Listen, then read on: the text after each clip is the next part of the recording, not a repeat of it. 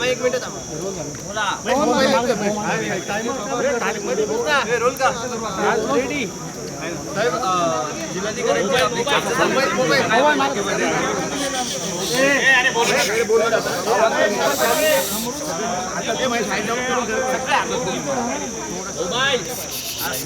राहुल पूर्ण तोंड येते मध्ये हे महेश अरे पूर्ण कॅम मोबाईल आला हे बाबा महेश महेश पूर्ण मोबाईल आला सकाळी राहुल मागे फोन कर रिंग रोड बाधित जे शेतकरी आहे त्यांच्यावरती काही अन्याय होतो म्हणून त्या भागातले आमचे नगरसेवक पैसे शेतकऱ्यांना भेटायचं आहे म्हणून मला सगळे शेतकरी आणि हा महिला वर्ग तोपर्यंत मला या विषयाचं गांभीर्य माहीत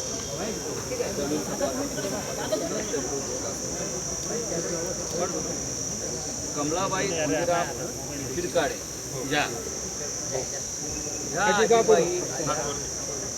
आणि त्यांनी मला त्यांचा हात दाखवला हा इतर महिला भगिनी सगळ्या त्यांनी त्यांच्या अंगावरचे हातावरचे पाठीवरचे मारहाणीचे काळे निळे जे बुराण आहेत ते दाखवलं होते मी इतका स्वस्त की काय केलं कोणी केलं त्यांनी पवन दत्ता या अधिकाऱ्याचं नाव घेऊन सांग आणि व्हिडिओ दाखवले त्याच्या हातात काही आहे आणि तो दादागिरी करतो महिलांना पुरुषांना जमिनी ताब्यात घेण्यासाठी सरकारने जबरदस्ती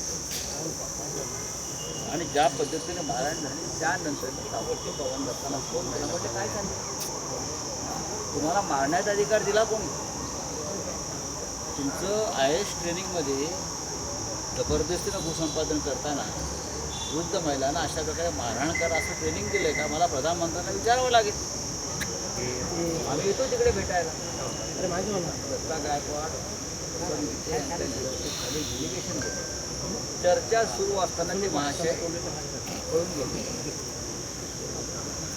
ताबडतोब मी इथे आलो तर त्याला जिल्हाधिकारी तिथे लागेल आम्ही थांबलो 5 तास त्यांची भोजनाची बैठक होती आलो दरम्यानच्या काळात मला महसूल मंत्री चंद्रशेखर बावनकुळे यांचा फोन आला आपल्या माध्यमातून त्यांनी हे सगळं प्रकरण पाहिलं आणि त्यांनीही त्या संदर्भामध्ये चिंता व्यक्त केली अत्यंत संवेदनशील भाषेत त्यांनी मला सांगितलं की तुम्ही म्हणता हे जर खरं असेल तर मी नक्कीच त्याच्यामध्ये स्वतः लक्ष घालून हा विषय काळजी करू नका शेतकऱ्यांना जिल्हाधिकारी आयुष प्रसाद हे सद्ग्रस्त आहेत त्यांनी चांगला संवाद साधून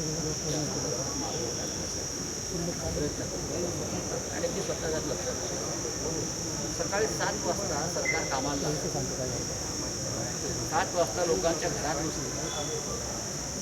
हां आता दांडे सकाळी 7 वाजता महिला आंघोळीला गेलेल्या आहेत कपडे बदलत आहेत आणि त्या परिस्थितीत त्यांच्यावरती हल्ले या राज्याचे प्रशासनाचे अधिकारी करतात लाज वाटली पाहिजे तुम्ही काल नाशिकमध्ये धर्मध्वजा फडकावतात ना काय त्या धर्मध्वजाचे पावित्र्य आहे की नाही नारी शक्ती हां कशा करता शिवसेना या विषयावरती आंदोलन करणार आहे पण आम्ही थांबलो चंद्रशेखरजी बावनकुळे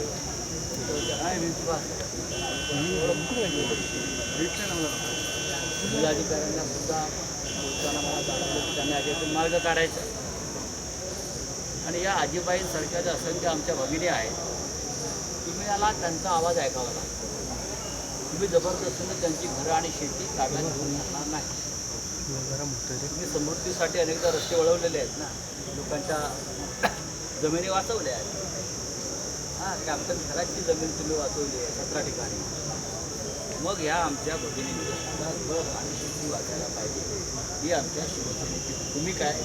यात मला राजकारण फार आणायचं नाही, पण जर परत पुन्हा या भगिनी तक्रार घेऊन माझ्याकडे आल्या तर लक्षात घ्या, फार या नाशिकमध्ये वेगळा प्रकार घडू शकतो. साहेब आपण आता मागणी काय केलेली आहे जिल्हाधिकाऱ्यांकडे? नाही, मुळात असं आहे की या भगिनी आहेत ज्या आजीबाई आहेत, त्यांचं म्हणणं आहे, माझं काही म्हणणं नाही. त्यांचं म्हणणं पूर्ण ऐकायचं, त्यांना जे हवं आहे ते त्यांची जमीन सोडणार नाही. तुम्ही जबरदस्तीने त्यांची जमीन सोडू शकत नाही. त्यांनी याआधी 4 वेळा त्यांची जमीन गेलेली आहे. धरणामध्ये गेली आहे, अजून कुठल्या प्रकल्पात गेली आहे, बरोबर नाही. रोडमध्ये त्यांची जमीन गेली, धरणामध्ये गेली, 5-6 वेळा गेली. किती वेळा या वयात त्यांनी जमीन आणली आहे? हा साधा भावनिक विषय आहे. आमच्या इतर भगिनींचा सुद्धा तोच विषय.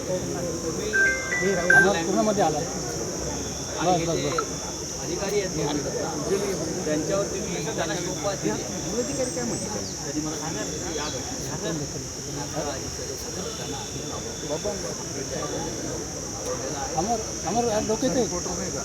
ते पळूनच गेले तर खोटं पण बोलले की जिल्हाधिकाऱ्यांकडे जातो, जिल्हाधिकाऱ्यांनी बोलवलं. बघा, हे त्यांना नवीन सरकारमध्ये कळून त्याच्यामुळे हा प्रश्न संसदेमध्ये नरेंद्र मोदींना विचारणार आहे, बरं पार्लमेंटला विचारणार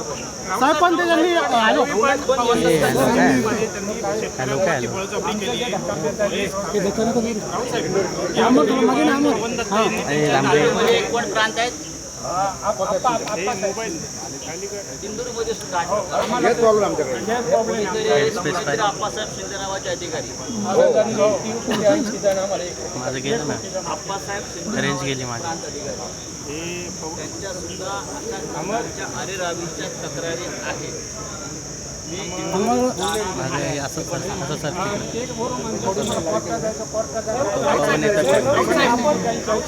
दिंडोरीत जाणार आहे.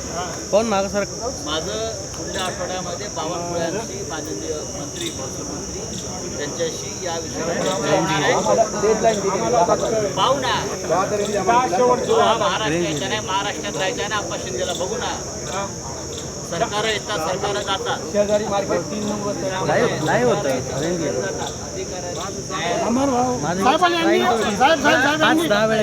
यांनी गिरीश महाजनांची भेट घेतली होती, त्यांना निवेदन दिलं होतं, तरी अजून देखील काही गोष्ट घडली नाही. गिरीश महाजनांची यांनी भेट घेतली होती, त्यांना निवेदन देखील दिलं होतं. याच्यामध्ये आहे शिवेंद्रराजे भोसले यांचा खतारीतला आहे. वेळ पडली तर मी गिरीश महाजन यांच्याशी सुद्धा चर्चा करीन. तशीच वेळ पडली तर राज्याच्या मुख्यमंत्र्यांना मी या आजीबाईंची व्यथा त्यांच्यासमोर मांडली. पवन दत्त यांच्या केबिनमध्ये यापूर्वी पण त्यांनी पोलीस बळाचा वापर करत शेतकऱ्यांवरती कॅमेऱ्यावर यापूर्वी